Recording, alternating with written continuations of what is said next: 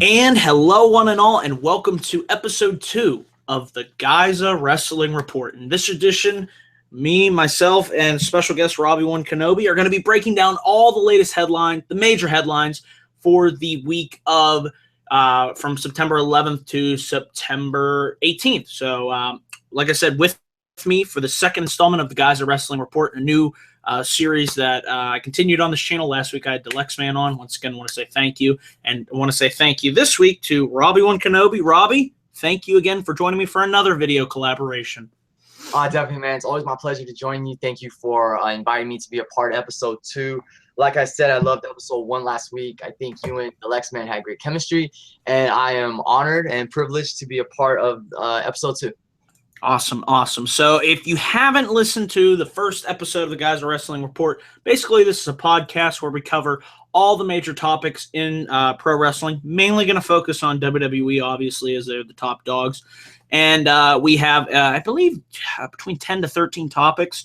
So without further ado, let's get into the discussions here. And keep in mind that I pulled all of these articles, credit to WrestleZone.com. The links to these articles are down in the description box. So with all that out of the way, let's get into the topics. And for the first topic, this is kind of crazy. When I saw this, I was a little shocked, as I'm sure you were, Robbie. But here it is. WWE allegedly places a bid for TNA. Here's the article in question. The New York Post posted an article on Billy Corgan trying to become the majority owner of TNA. And it also mentioned in the article that WWE is interested in buying the company, along with Sinclair Group, who owns Ring of Honor.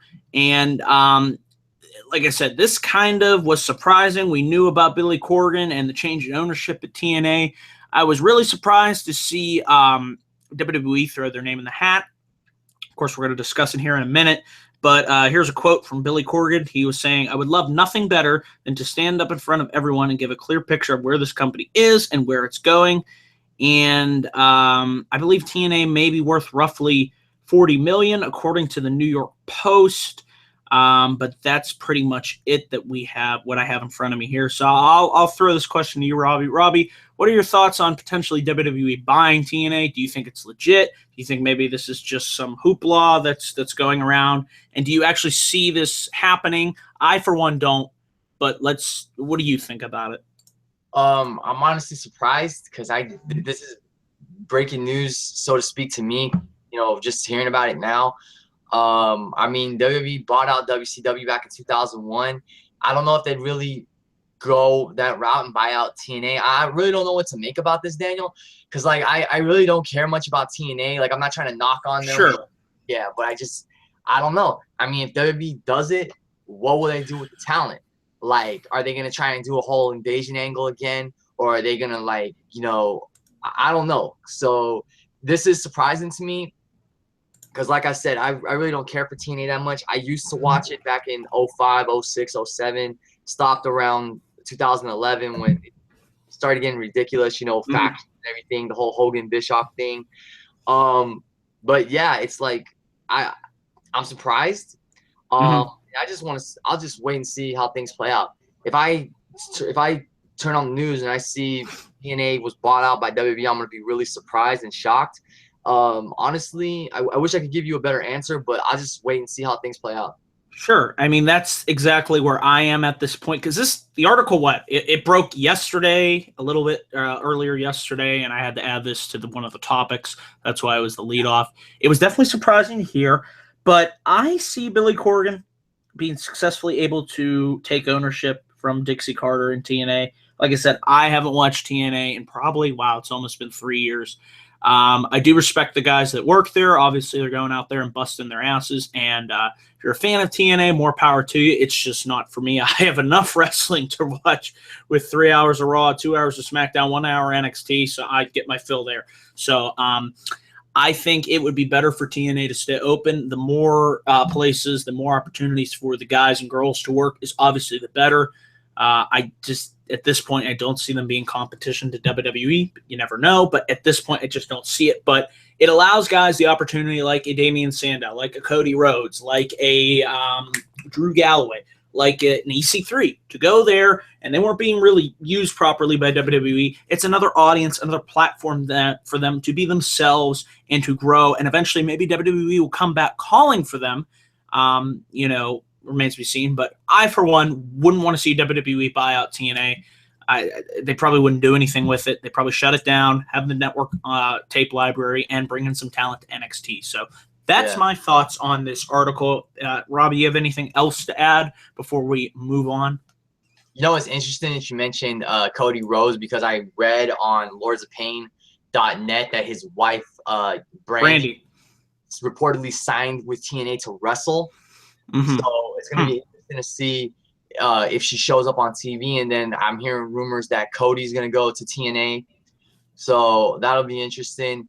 And if he ends up doing well, hey, all power to him, because WWE just wasn't giving him the opportunities.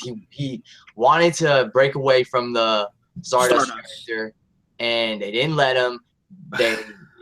He left. So, I'm hoping things work out for Cody. It's going to be interesting to see if he does go to TNA. Sure. Yeah, but if he does and he does better there, well, that's WWE's loss. So exactly. So we'll see. But yeah, that's pretty much all I have to say about that. Like I said, we're going to move on to the next topic here. I initially this is an injury update to Randy Orton.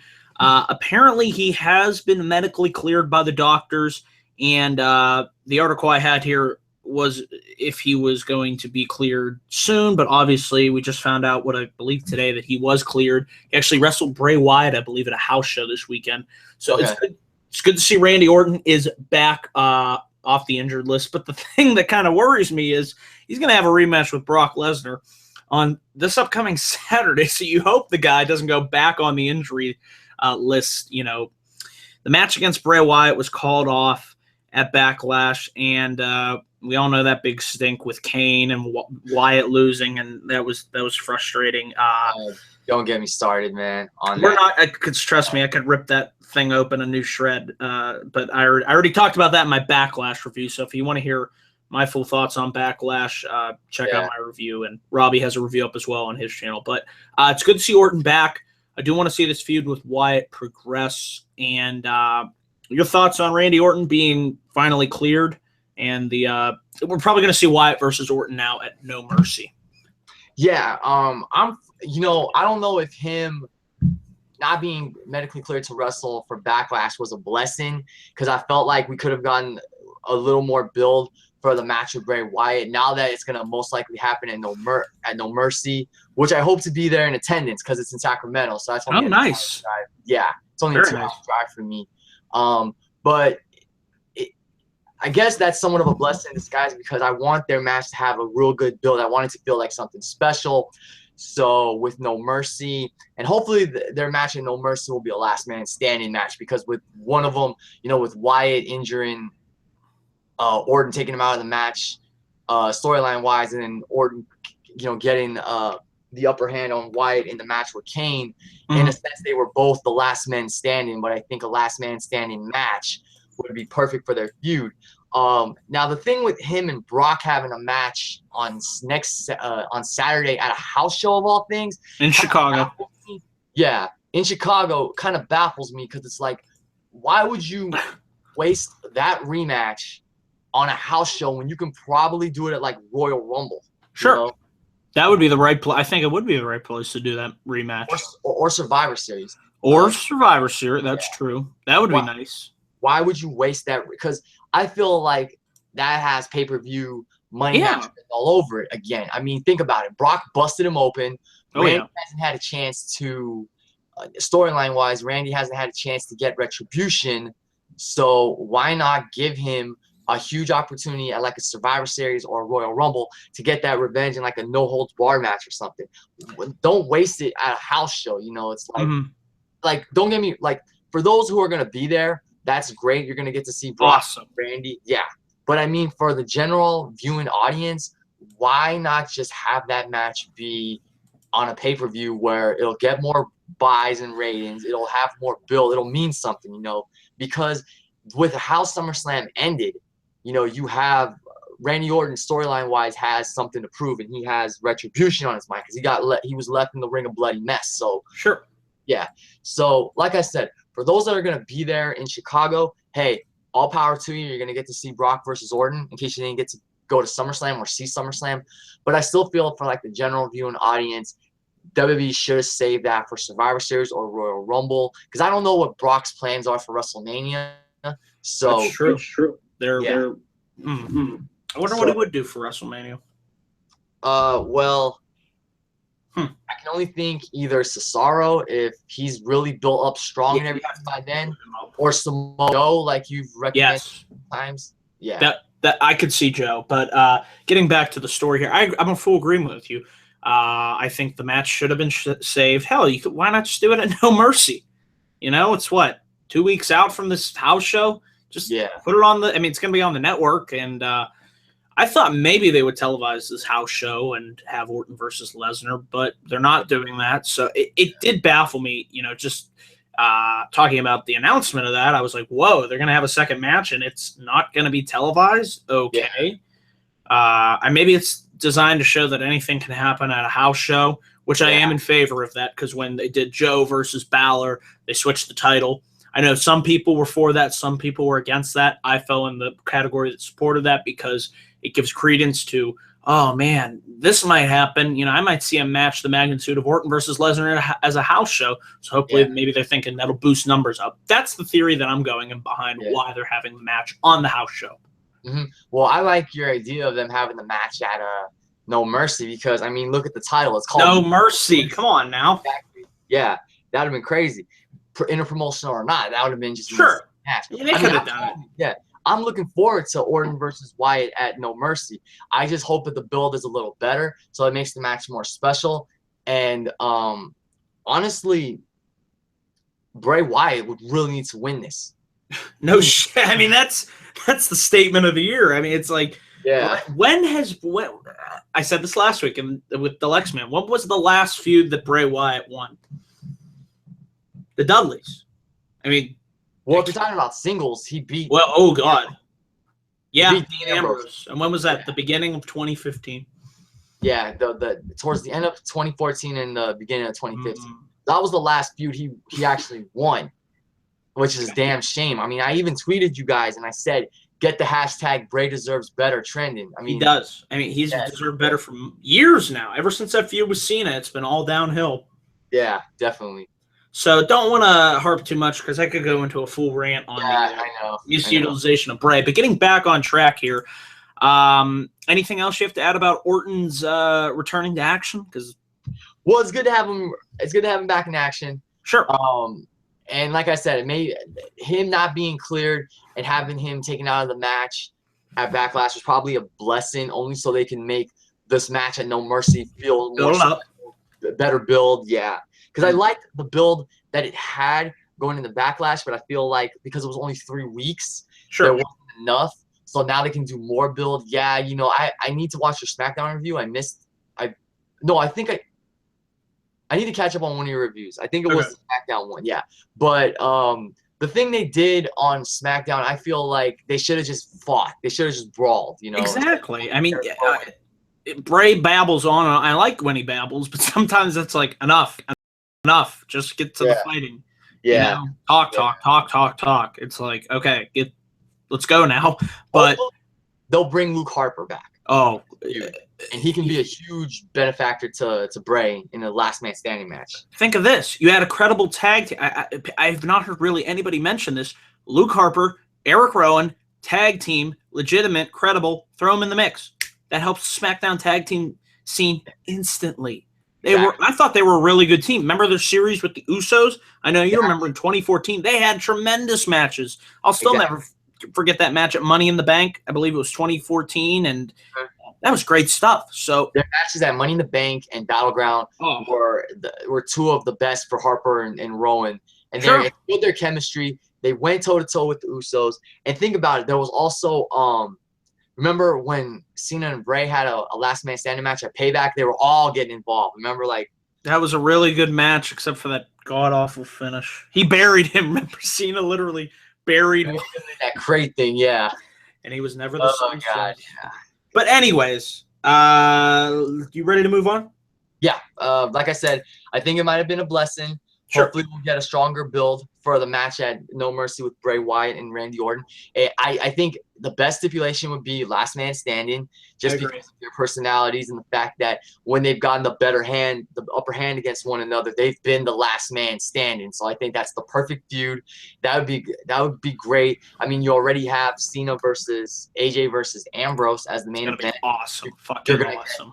Yeah, so that would be just another great notch on the No Mercy card. You got the women's title match, Becky and Alexa, Carmella, Nikki, Usos, Rhino and Slater. I mean, this is going to be shaping up. I'm looking forward to it already, based on what we could get. Against SmackDown, and we haven't seen Clash of Champions yet, but again, SmackDown is just proven. Well, I think Clash will be a good show too. I think people, they've been down on Raw, no doubt, because it's been a bad show lately. But I think Clash is shaping up to be a good show too.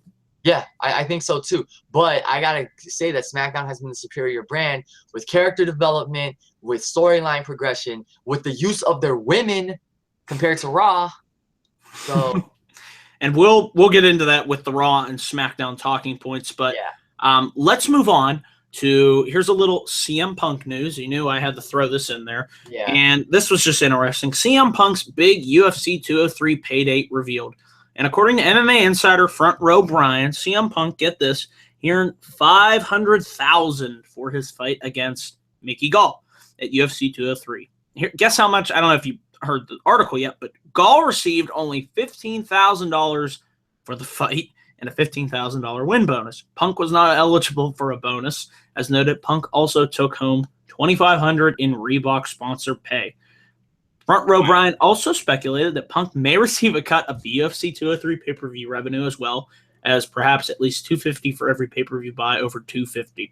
So CM Punk, despite getting his collective ass handed to him, no, I love you, Punk, but you got your ass kicked. He's walked away with this. I'm surprised he made $500,000, and Mickey, the winner, only made what was it? Be 30? If my terrible math is correct, $30,000.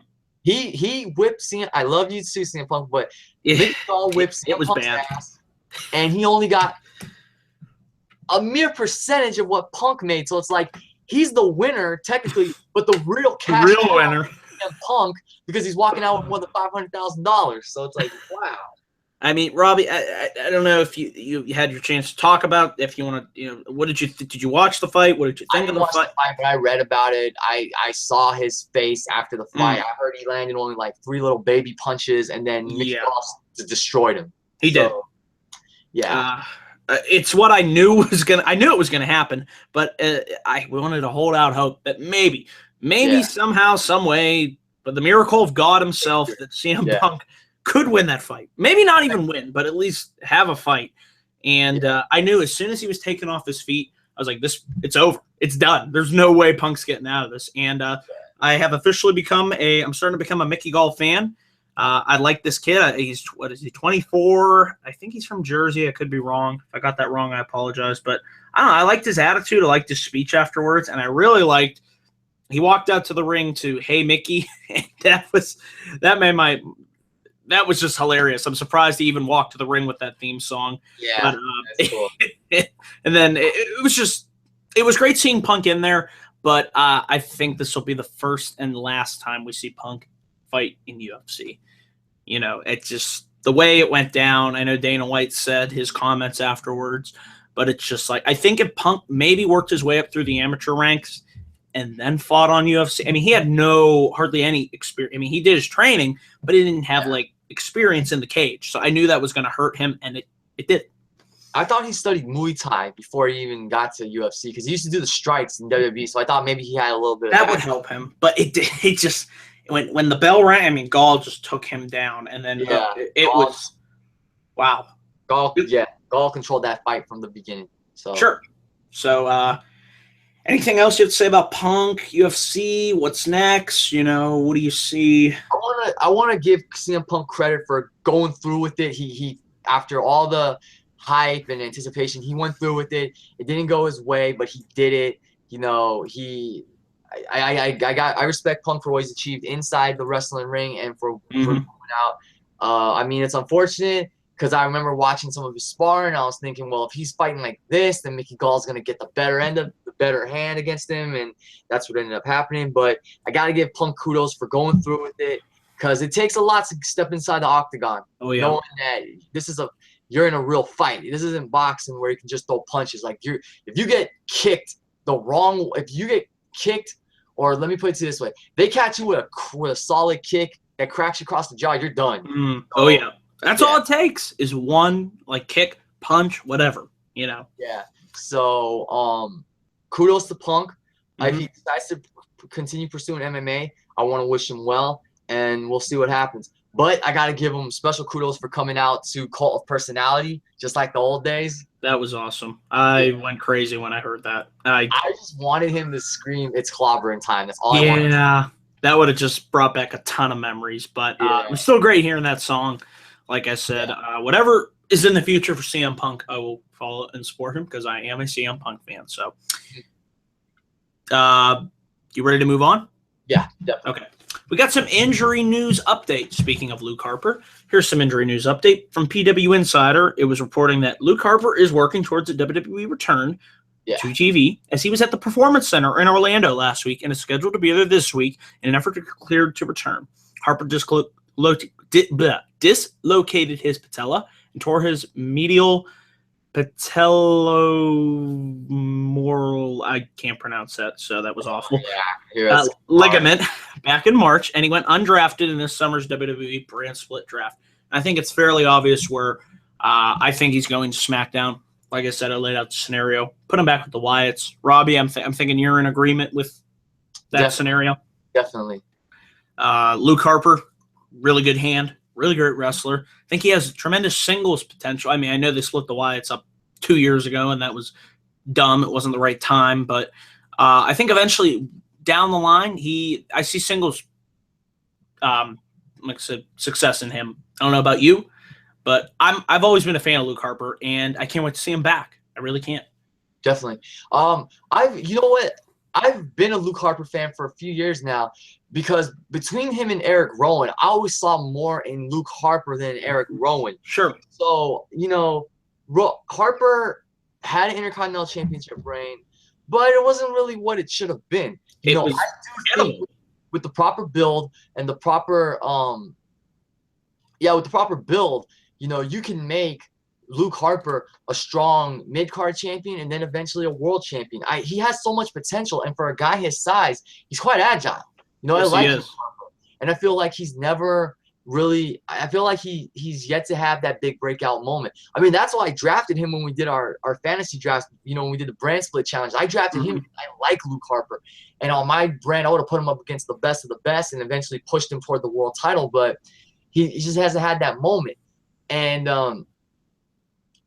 I feel like when he returns, they really should first establish him and Rowan as the top tag team on SmackDown. Those two against American Alpha would be crazy. I'd be down to see it. Give him those tag team championships, and then eventually build him up toward another Intercontinental title run, and then eventually the WWE World Championship. So I'm happy to see he's getting better. Can't wait to see him back, because I feel like he's really needed with the Wyatt family. Because like I said, Eric Rowan is good, but I've never really seen much in him. I've always thought Harper was superior to him. So I just wish him the best. I'm looking forward to when Luke Harper returns, and I hope he gets a big push. I hope he gets the push that he deserves. Whoops.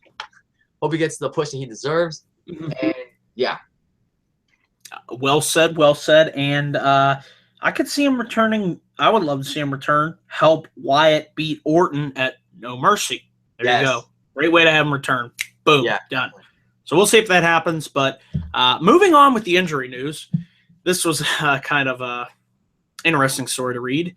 Here's some details on Vince McMahon's injury. As noted, we found out about this on Monday, that Vince McMahon was injured while training, and he tore his quad, and he underwent surgery. And he was expected to be back at work already on Wednesday. And it was noted he tore his quad while doing squats. So Vince, that tough SOB at the age of, he just turned 71. When I heard he was injured, and then when I heard he was already going to be back at work on Wednesday, I'm like, that's Vince in a nutshell. This guy, despite how out of touch he may seem and our gripes that we have with him, He still is the greatest promoter of all time, and it's just amazing at his age how he's back at work already. I'm like, wow. Yeah, I will always respect Vince McMahon for what he's done with sports entertainment. Absolutely. Yes, we have our gripes because we feel, because we know he's out of touch, and we just wish that he would get with the program and see a better product. That's all we want. Yeah, that's it. That's all we want. But I'll always respect Vince for what he's achieved. Love him or hate him, he has made sports entertainment. He's made WWE a sports entertainment juggernaut.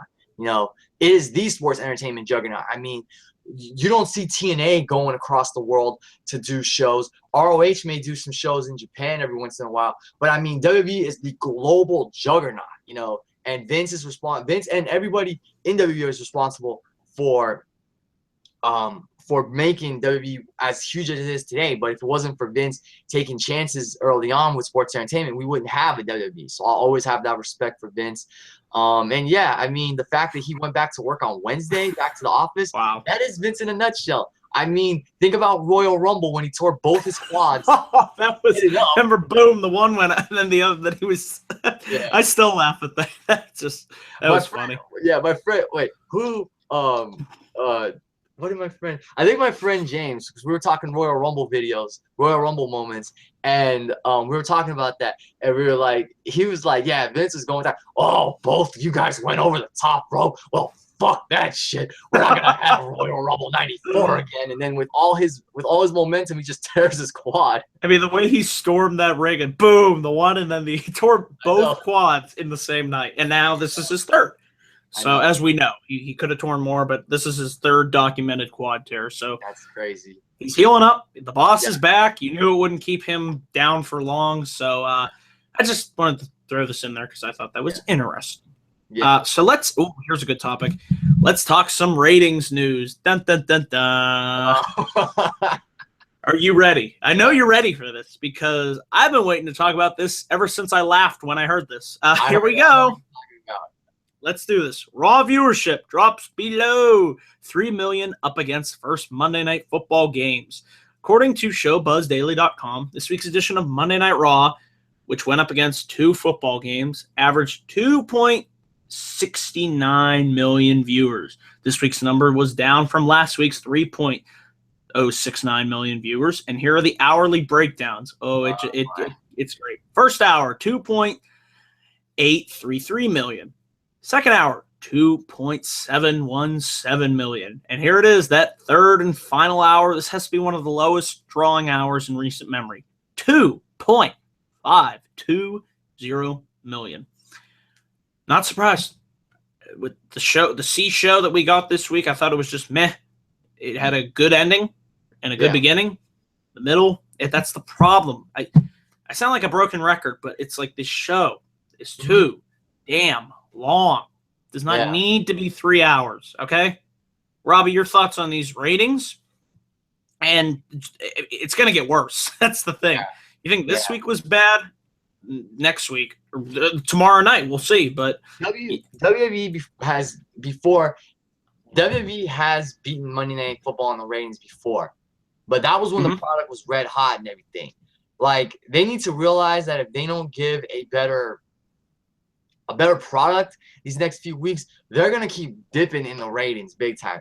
And like you say, less always equals more, but it's always a hassle to get through that third hour of Monday Night Raw. Now, personally for me, I had no problem with Raw. Actually, once the first 2 hours were over and we got to the third hour, I was ready. But there was I felt it was lagging a little bit in the third hour, but it wasn't as bad as before. But still, it's it's exhausting.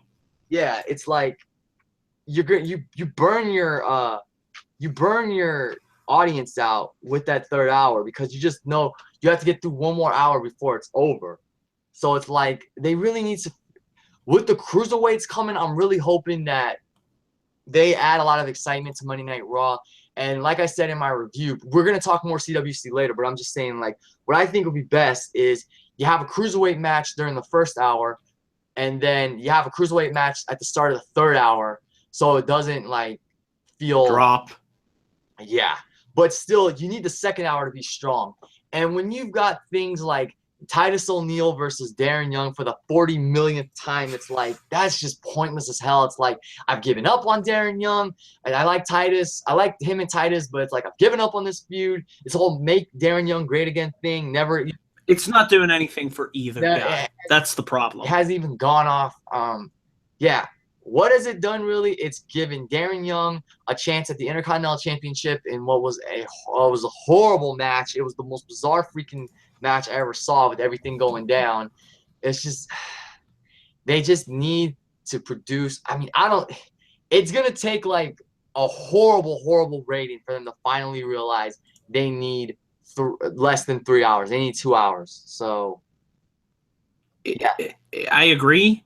It's like, how low will they go? That's the thing. I mean, football's back in full force, and I mean, there was a drop-off last year. I'm trying to find the ratings here, but I mean, you look at the decrease year in and year out. I mean, it just seems like it's going to get worse, and it's going to get worse, and it's like, when are they going to wake up and realize that, you know, I think if you would go back to 2 hours, at least that would help, you know, I think the ratings would go back up, at least doing now. I mean, what do you think?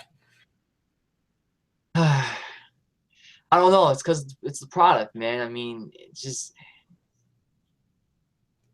I wish WWE would go back to. I wish Raw would be 2 hours, because look how well SmackDown does at 2 hours. Before you know it, the show's almost over. You have it's like, wow, that went by. I know. It's just, it feels like Raw is such a drag to watch when it's 3 hours every week. It's like a chore or something, you know, when it should just be, when we should just be watching it as wrestling fans, enjoying it, and you know, getting invested in the new storylines and everything. It just feels like it's such a chore, you know. It's like, takes so much out of you and whatnot. So, I don't know if I mean, I was saying this. I know I said it last week. If this keeps up, if we keep getting C shows and mediocre shows, I might just solely watch SmackDown until the football season's over. Just stick with that and review that. It's just, it's too much, from a 3 hour Raw to a 2 hour SmackDown, and you have a pay-per-view on Sundays occasionally. Yeah. I'm sorry. It's just like, if these 3 hour shows are going to drag, I'm just not going to waste my time. I'll just watch SmackDown. Yeah. A better show. Saying that. I think I'm sorry. I'm tired of wasting my time. If they're going to half-ass it. Because, again, I keep, you know, they can't put on a great – well, they put on a great show. I'm going to keep saying it. Pittsburgh, July 25th. What did I see that night? The best episode of Raw I've ever been to. So I don't want to hear they can't. Yes, they can when they want to. Yeah. So it frustrates me. Yeah, I know they can. And it's frustrating to say the same things I mean – I don't know what it's going to take for them to get the picture, but hopefully they will just realize that we need a better product on Raw, and it needs to go back to 2 hours. I mean, it's just becoming a chore, like I said, when it's 3 hours and you got to sit through it all, and you get filler, and sometimes the filler is completely pointless. You know, it's like, yeah. I mean, I'm looking at the ratings from, 2 years ago, and around September, they were still pulling in close to, I mean, it's astounding, 4 million. Wow. And now look where we're at. It's like, it almost went down by half. I know. Not good. I mean, is it going to go below 2? I mean, at this rate, it might. I wouldn't be. It probably will. So just a little bit alarming, and we'll see where the ratings go next week. But speaking of ratings, let's talk about SmackDown this week. And I was happy to report that this week's edition of SmackDown Live, which featured the fallout from Backlash and Cena returning, it went up, because the week before it only averaged, I was disappointed. It went down to 2.454 million. This week it went up to 2.658 million viewers. And it was only slightly lower this week compared to Raw, which took an average of 2.69 million viewers. So I think eventually, if it's not this week or next week, eventually SmackDown is going to beat Raw in the ratings. And like I said, I hope that is the catalyst that convinces USA Network that, the 2 hour show, this is doing better ratings than our 3 hour show. Yes. Maybe let's move it. You know, what do you think? And I totally agree. I thought about that as I was on my way home earlier today. I thought about what you said and how you want SmackDown to beat Raw, and you want the SmackDown ratings to ultimately help USA Network realize that the 2 hour show is bringing in more revenue than the 3 hour show. hopefully that will finally be the wake up call that makes them that says, hey, we're putting you guys back 2 hours from 9 until 11:05, and then hopefully from there we'll get a much better product on Raw. Because SmackDown's killing it, man. I can't stop praising SmackDown enough because it's solid. Yeah, it's solid, but it's doing what Raw should be doing: developing characters, developing storylines, and progressing them as well. And we're getting talent. We're getting matches. We'll get filler here and there, but we're getting matches that are meaningful and ultimately mean something in the long term. So I can't stop praising SmackDown enough because I just love tuning in. Those 2 hours go by so fast. And let me throw this out at you. Okay, SmackDown, I feel like there's a progression. When I'm watching Raw week in and week out, here's a great analogy. I feel like we're watching the wheel spin, but we're not moving anywhere. We're just stuck in neutral, and we're not going forward. We're not going back. Like, it's just like, where is the show going? I just feel like there's no direction at this point. It's all over the place. With SmackDown, we know triple threat. Usos are probably gunning for the tag titles. Alpha's coming back.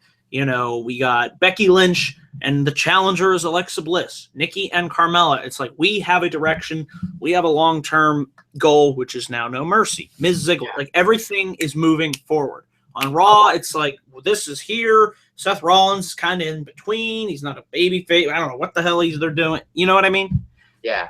Yeah. I feel like he's just a different kind of baby. I feel like he's sort of like that Stone Cold Steve Austin baby face. He's not necessarily the smiling kind of baby face, but he does things on his own watch. He does things his own way, which I like. But I gotta say this: Kevin Owens is getting the best of him in this feud, and I'm loving it. I'm loving this build between them so far. Like, rebuild, redesign, rebuilt, replaced. Like, he burned him there, dude. That was a good line. That was a really good line. Kevin Owens is burning Seth Rollins, and I'm loving it because you're seeing a lot of this frustration come out of Seth Rollins in these past couple of weeks, and that's great because it's not like he's forgetting his past with the Authority. He knows what they're capable of. He's gunning for Kevin Owens, and he wants to burn that sumbitch to the ground. So I'm loving it. I got to give Raw credit for that because Seth Rollins, fans are behind Seth Rollins. I love Kevin Owens. I don't really, heel or not, I love Kevin Owens, so I gotta give him credit for that. Their world title feud is doing well, and we'll just see how it plays out. So with the ratings talk out of the way, let's give an update on Paige, because this is something I really wanted to talk about. We had the speculation last week on the Giza Wrestling Report. This week, I want to give you guys all an update, and here's the update. This was great news. It is PW Insider reported that Paige is going to be returning to the road with WWE this week, and they claim to have been told by multiple sources that Paige and WWE have been communicating over the last several days, and that this is what they're saying. She is booked for tomorrow night's Raw in Memphis, Tennessee, and she is also booked for subsequent Raw live events for the Raw brand. As you all know, her suspension ended yesterday, September 17th, and they finished their report by noting that it will be interesting to see how footage filmed with Paige and Del Rio will be used in the upcoming season of Total Divas on E! Now, let me read you this statement from Paige on Twitter. This is quoting Paige. First, I'd like to thank all my friends for their love and support the last few weeks. Let me begin by saying that the rumors that I'm leaving the WWE are completely false. I certainly look forward to returning back to action at some point, once my injury is treated and on a healthy return.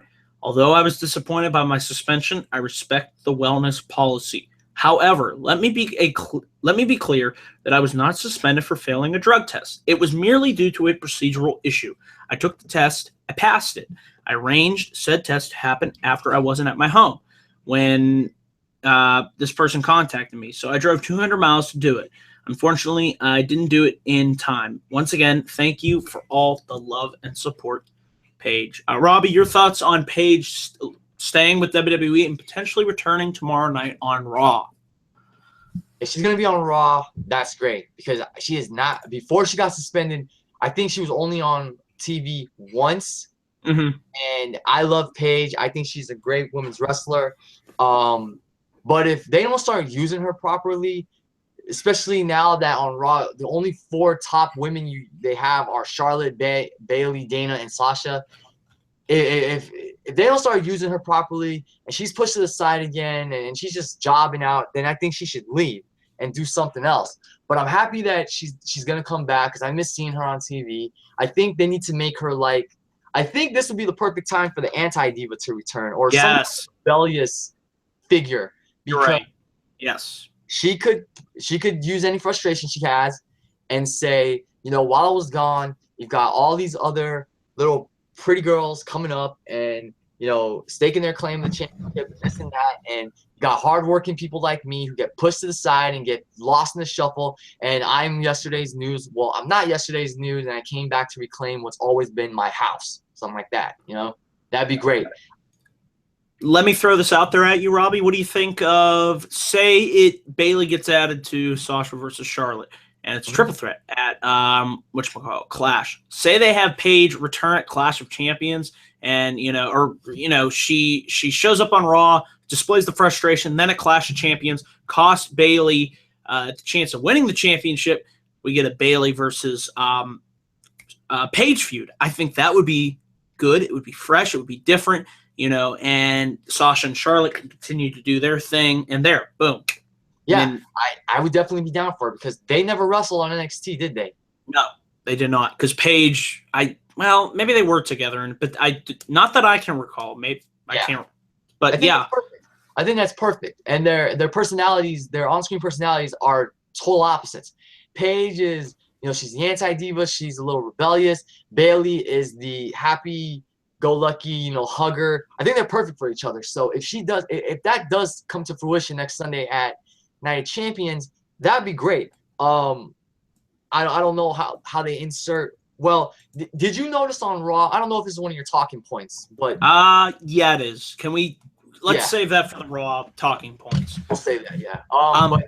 But to get back to this whole topic, if Paige was to show up at Clash and cost Bayley the title, I'd totally be down for a program between those two at Hell in a Cell. That way, Sasha and Charlotte can continue their feud with a singles match, and then I just feel like if Paige has any frustration, she should use it, and they should use it on screen, and hopefully she'll get a women's title shot and she'll win it, and everything will go well. Because, like I said, the only 4 top women on Raw are Sasha, Charlotte, Bayley, and Dana.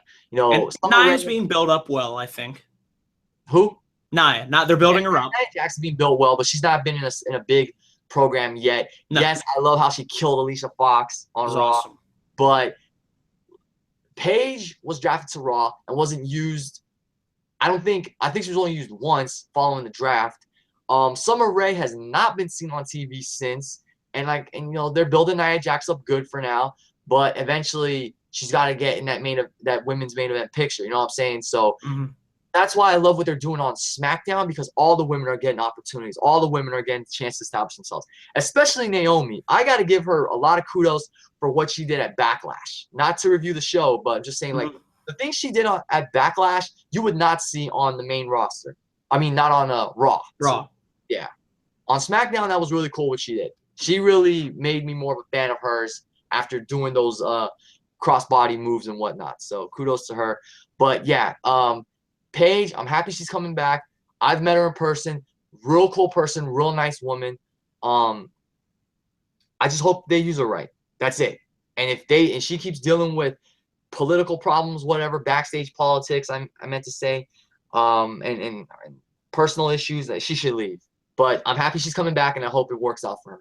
Robbie, let's tie this into another injury update. Emma, as we all have heard following reports earlier this week that she was backstage at Raw in Baltimore, PW Insider reported that Emma is scheduled to be back on the road this week with WWE, likely indicating she's close to a return. Emma, as we all know, has been sidelined since May with a back injury. WWE.com originally said Emma ruptured a disc in her back, but did not give an estimated recovery/return date at that time. So I think this is great news. I felt like Raw, like you said, there's only 4 top women. I feel like you add back Paige, you add Emma, you link her and Dana Brooke up again. I think that would boost Raw's women's division tremendously, and it would have some depth, I feel. Definitely. What are your thoughts? Emma, Paige, boom. Definitely. When Emma got injured, I felt so bad for her because she had just got back to the main roster after killing it on NXT. I was looking forward to seeing her being a part of this women's revolution. And then she suffers a severe back injury. And, you know, with the way that Charlotte has been storyline-wise bullying, disrespecting Dana Brooke, I think that's the perfect time to bring Emma back as a face, align her with Dana Brooke, who would then turn her face, and then you got an Emma and Charlotte feud, or to do a triple threat between those two for the women's championship. Well, that's assuming that Charlotte retains that Clash of Champions. But either way, a Charlotte-Emma feud with Emma sticking up for her friend Dana Brooke would be great, and then eventually you build Emma up toward a women's championship run, and eventually she wins it. So, yeah, I feel like her and Paige returning brings more depth to Raw's women's division, and yeah, I'm just looking forward to seeing when Emma returns, because like I said, I was excited for her to be on the main roster, and then she suffered a back injury, and it was like she hit a roadblock, and it came at the worst time. But I'm happy she's gonna be back soon. And if I was looking for WWE, I would have Dana break away from Charlotte and then have Emma come in and fight on for the honor of her friend. You know what I'm saying? So that's a great way to. I'd like that. Yeah. And let's keep the news on injuries going. I got 2 more stories here dealing with injuries. Let's get an update on Kalisto's injury status. As noted, WWE nixed the planned match between Kalisto and Baron Corbin at SummerSlam due to an undisclosed injury. And PW Insider reports now Kalisto is dealing with a back injury. Remember this, he last wrestled on August 2nd in the Triple Threat #1 Contenders match between Apollo Crews and Corbin. So it's really been mum on Kalisto's condition. Like I said, this is all I was able to really find.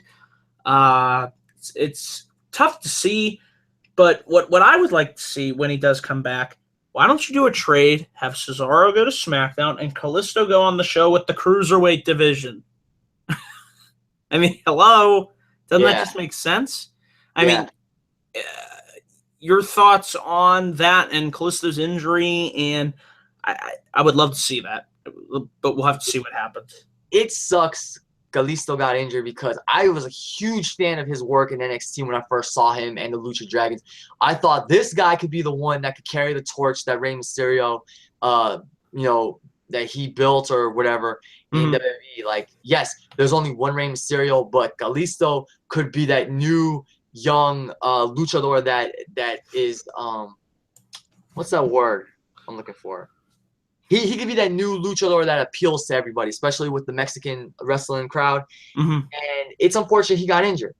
And the thing was, I understand what you're saying about why he should have just been on Raw with the Cruiserweights. The thing is, when he got signed to SmackDown, I was happy because, one, SmackDown got the short end of the stick. We've said this hundreds of times. They got the short end of the stick with the freaking draft. Yeah, they did. And they needed star power. And then I thought, well, you know what? Kalisto, I could see him as Intercontinental Champion or Tag Team Champion with somebody else. I wanted to see him, like, break the mold, like Rated and Jericho and Eddie. So when he went to SmackDown, I was totally fine. I just wanted them to use him properly, rebuild him, because I feel like he wasn't getting used properly on Raw.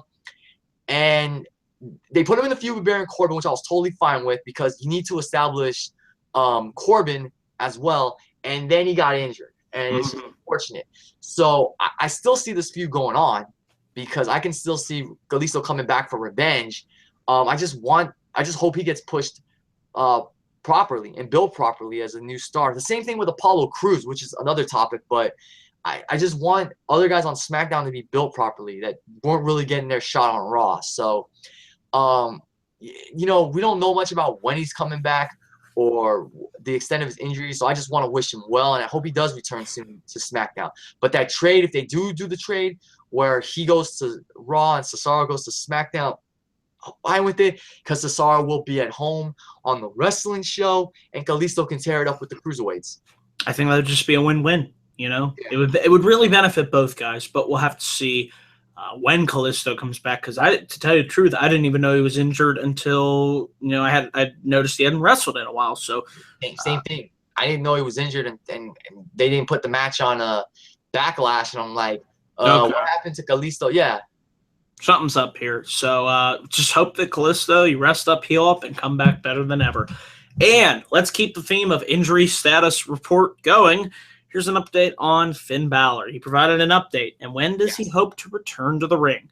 there was a video released by WWE, and in the video, it featured Finn Balor, and he offered an update on his injury and return status. Balor said he hopes to be back in action in time for WrestleMania 33, and is just under 5 months away from returning. Balor noted he is rehabbing 5 days a week, and says he will be returning to Birmingham, Alabama again next week for therapy and a visit to the doctor.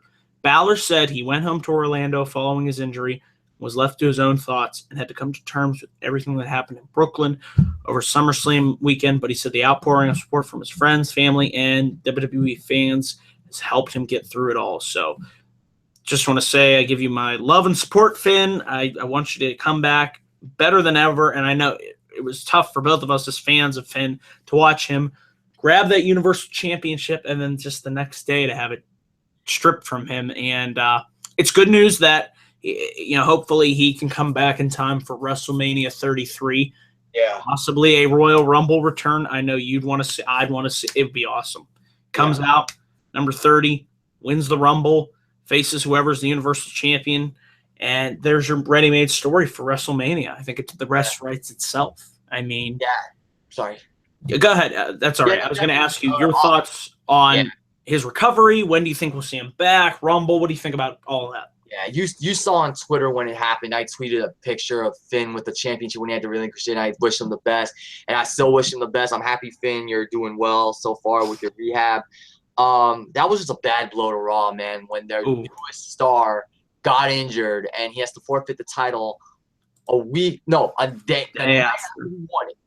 So hours after he won it, he had to relinquish it, and that was just sad, and that was tough on Finn.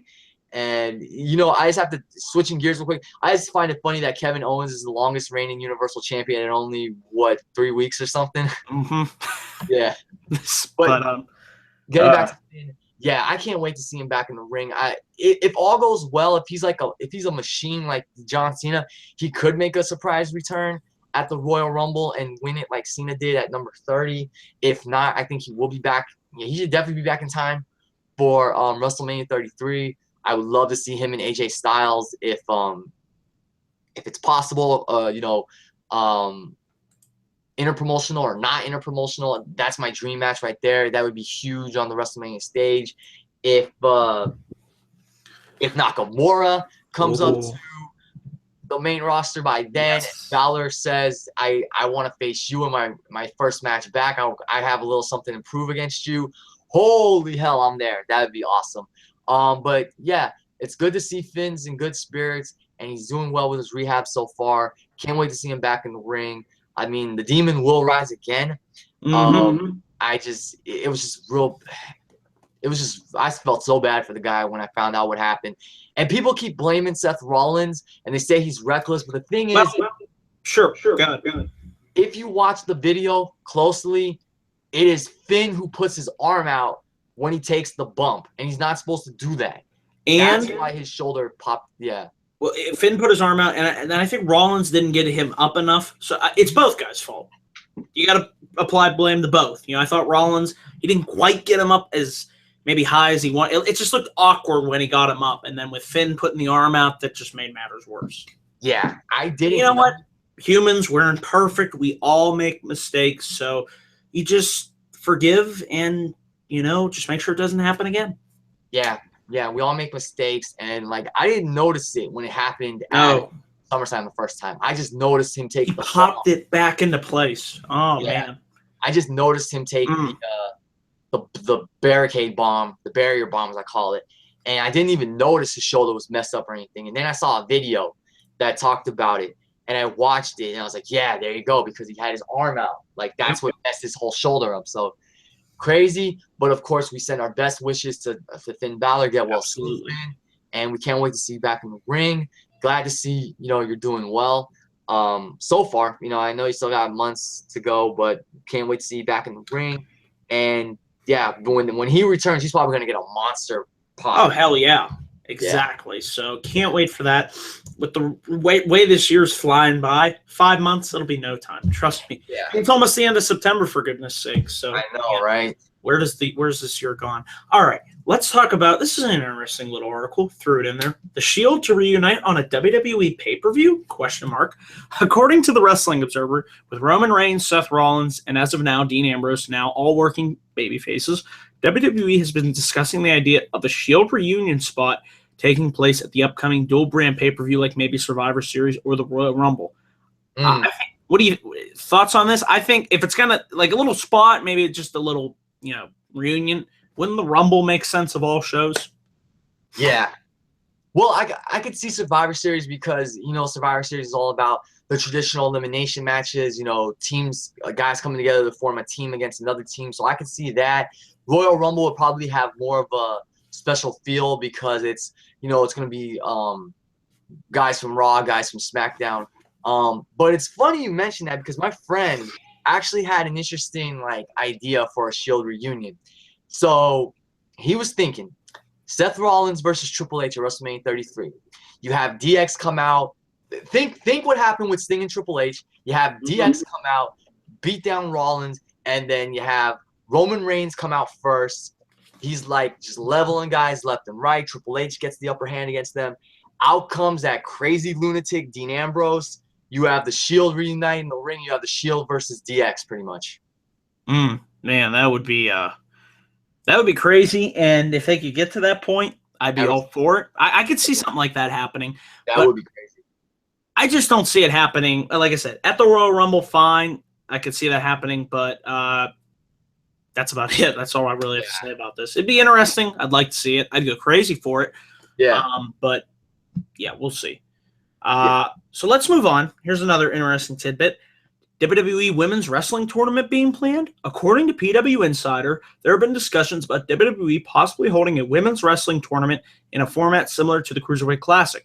The tournament reportedly take place sometime in early 2017, but no concrete plans have been made. This follows another report. We'll get into that in the next article. Don't want to steal my thunder. So, women's wrestling tournament? Hell yeah, I'd be all for it. The NXT women's division, I feel like, is in a rebuilding phase at the moment with talent like Emma, not Oscar, Alexa, Carmella. Who else got drafted? Bailey. Who? Nia Jax, Alexa. Nia Jax, thank you. Sorry, it's been a long day. But, yeah, I think this would be a positive.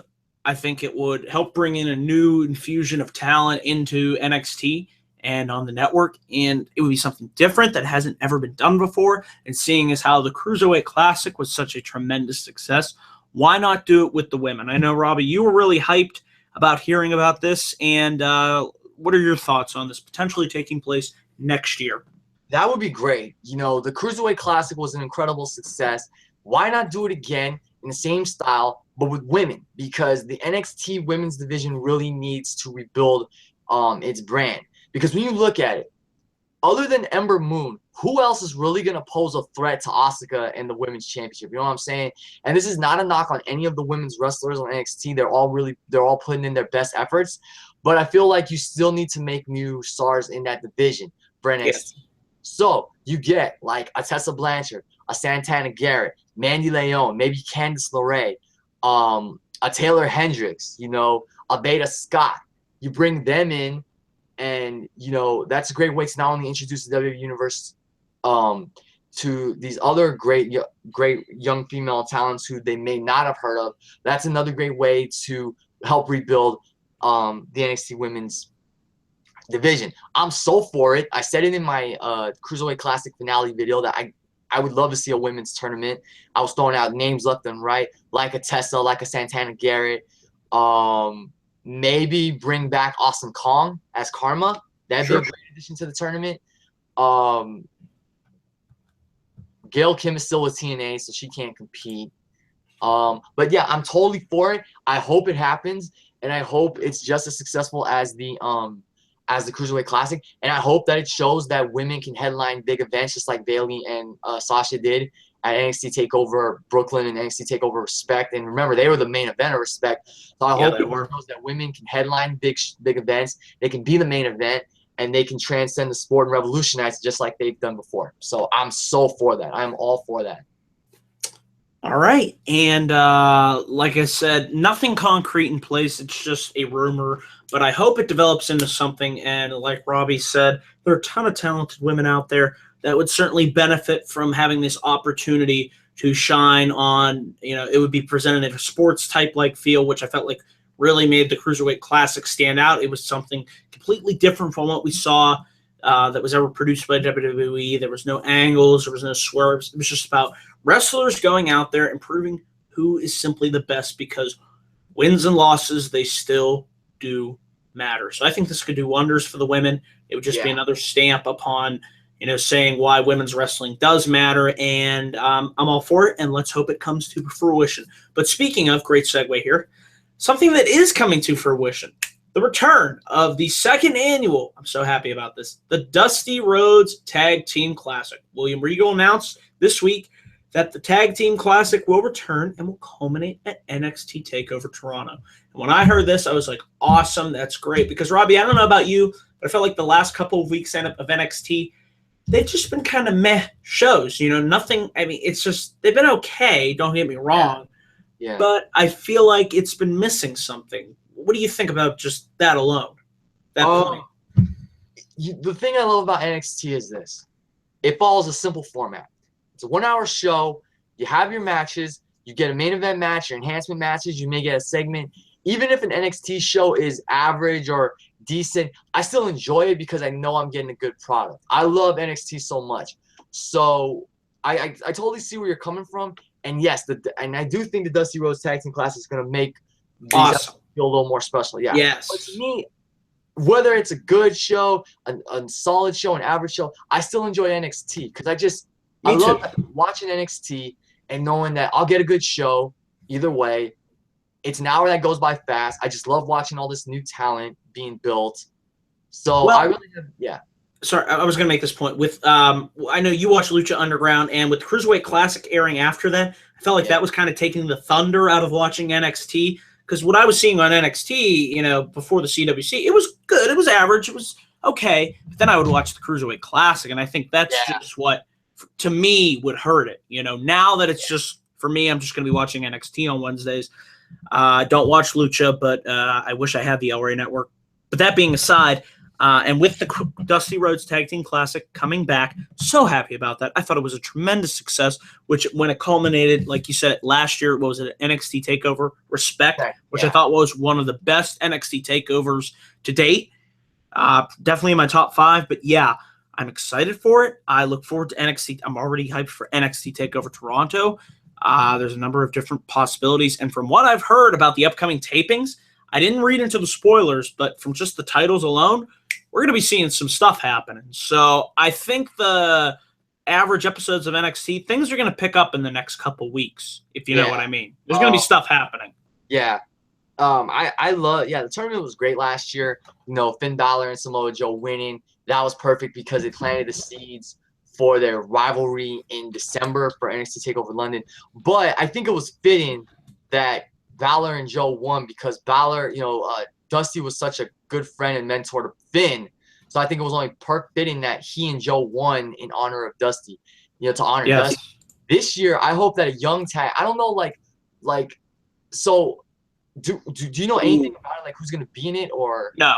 Well, the spoilers are out there, but I don't like those. I don't do spoilers. So I'm thinking, is the Revival going to be in this? Because they're the champs, and they weren't the champs last year, if you remember. They were. I don't see why they wouldn't want to be in it. They would stop. I mean, maybe they're like, we'll be Dusty Rhodes tag team or not tag team, classic champions as well. We're that damn good. Yeah. What do you think? Let me throw this out there. What do you think about Gargano and Ciampa maybe getting to the finals and the turn? That turn's going to happen. Yeah. It's either Ciampa's going to turn on Gargano, or they could have Gargano. I don't think they'd have Gargano turn on Ciampa, but you never know. No, it would make more sense to have Ciampa turn on Gargano because his nickname is the Psycho Killer, so that guy could snap. That's happening. Now, do you delay that and have them wrestle in the tournament and then have it happen during the tournament or in the finals. I could see something like that happening, you know? Yeah, I could see it happening at the finals of the tournament. The only thing is, like, okay, if they're going to Raw, like, how are you gonna pull this off if they're going to Raw for the cruiserweight division? You know what I'm saying? Like, Well, they're going to be on Raw and NXT. They're going to be doing both. yeah, but you can't, like, that's true. Yeah, because with NXT, because they do like 3-4 tapings a day. Sure. So, and Raw is live. So I'd be for it, but then it depends on what they're gonna do on the main roster. Because you can't have to. Yes, I agree. They have to stay in sync. They have to stay consistent. Yeah, that's the word I'm looking for. They have to stay consistent. Yes. So I don't know. It's interesting because, like, didn't Gargano and Ciampa get into a brawl with the Revival after the CWC? Yeah, I think, well, they're going to have another match. We know that's going to happen. So maybe the turn will happen. I don't know when that next match. On WWE.com, there's a video of Gargano. Yeah. So was it with the Revival or? It was the Revival. Oh, yeah. Yeah. All right. So it's interesting because they're going to get that rematch. And, like, part of me wants Gargano and Ciampa to win. I want them to win. Oh, yeah. Because the Revival have done a great job as 2-time champs. Oh my God, I don't know how this popped up, but I was just thinking, like, you know how the New Day does their clap for your world famous 2-time champs? Oh yeah. Can't do it with the Revival, but they are your world famous. They're 2-time. That'd be hilarious. No, they would do that, man. Like, I could see a Revival New Day match, and the Revival would just punch the shit out of the New Day. Sure. Stuff. Yeah. No flips, just fists. I love that.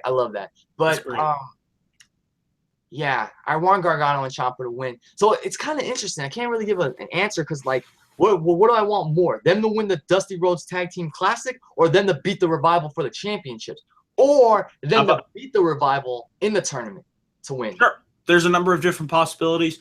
Let's wait and see. Once we figure out who's in this tournament, that's going to help. I mean, right now it's tough to really speculate. But what about this? Let me throw out one more little fantasy. Sure. What if Gargano and Ciampa and the Revival make it to the finals, and William Regal ups the stakes and says it's for the tag team championships too? All right, sure.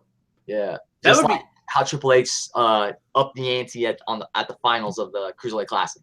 I like that idea. I like it a lot. But we do have to wait because I don't know who else is going to be in the tournament. I mean, we can assume Gargano and Ciampa, TM61, Authors of Pain, the Revival, some guys from the Cruiserweight Classic will probably team up.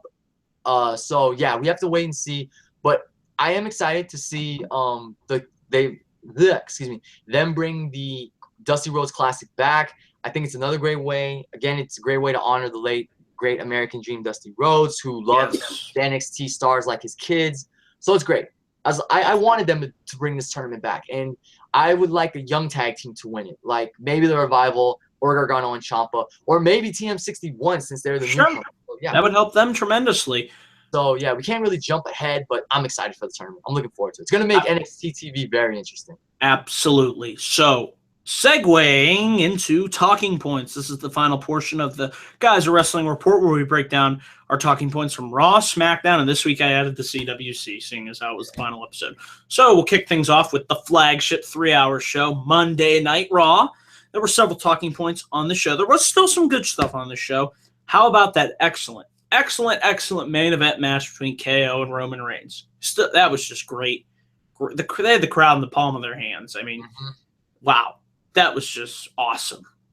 It really was. I mean, I love Rusev interfering and beating down Reigns, and that keeps Reigns out of the main event and continues the program between him and Rusev. I just thought that was really well done. I really like the way that Raw ended this week. Yeah, definitely. I'm happy that Rusev is back. I'm looking forward to seeing him and Roman Reigns duke it out at Night of Champions. I don't know if it's going to be like a no disqualification match or anything, but I'd be for it because I just want to see them brawl and beat the hell out of each other. I'm happy Rusev stood tall at the end of the show. Once again, Roman Reigns is out of the main event picture. Keep him out of the main event picture for a while. Sure. The only thing, and I'm going to be doing my predictions later this week for Clash of Champions. That's right. It's coming up, man. Yeah, is like I want Rusev to win. I want him to win and retain the championship. I want him to hold on to the United States Championship until the end of the year. But part of me is saying they may give it to Roman Reigns. And the one thing about that concerns me is that he'll do a rematch with Rusev and beat Rusev again, and then they may just lose direction with Rusev. That's what concerns me. I'll get more into detail about that in my predictions video, but that's what concerns me. You know, I'm happy Roman's not in the main event. That the main event is centered around Kevin Owens and Seth Rollins, as it should be. Yes, but I guess I could say there's a win. I don't know how to explain it, but it's kind of a tricky situation with Rusev and Roman Reigns. But I'm happy Rusev returned, and he returned as dominant as ever. So that was a great way to end the show. Roman and Kevin did have a real good, hard-hitting match. What else stood out to you? Let's talk about what I thought was a solid triple threat, with Sasha Banks defeating Bayley and Dana Brooke to become the official, solidifying herself as #1 contender. However, we're going to tie in what you were about to say earlier in the show. Yes. Sasha's and Bayley's shoulders were both down. Yes. And make note that the announcers were told not to mention this. However, I'm thinking that this will lead into my idea of there being a triple threat match at Clash of Champions. Yeah. I was saying it's probably going to be – because Bayley has to have a role on this show. And unless they kickstart a feud between her and Paige, they could do that. But I think it's going to be a triple threat. I've been saying it since Bayley made her debut. She pinned Charlotte. Now with both shoulders being down, I think we find out tomorrow night, triple threat. That's what's going to happen.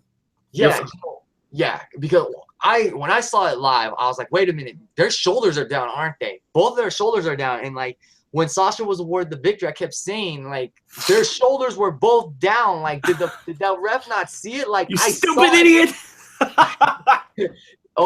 Yeah. Felipe, you stupid idiot. It's great. He's a legend. I know, Jericho's a freaking legend, still coming up with catchphrases in 2016.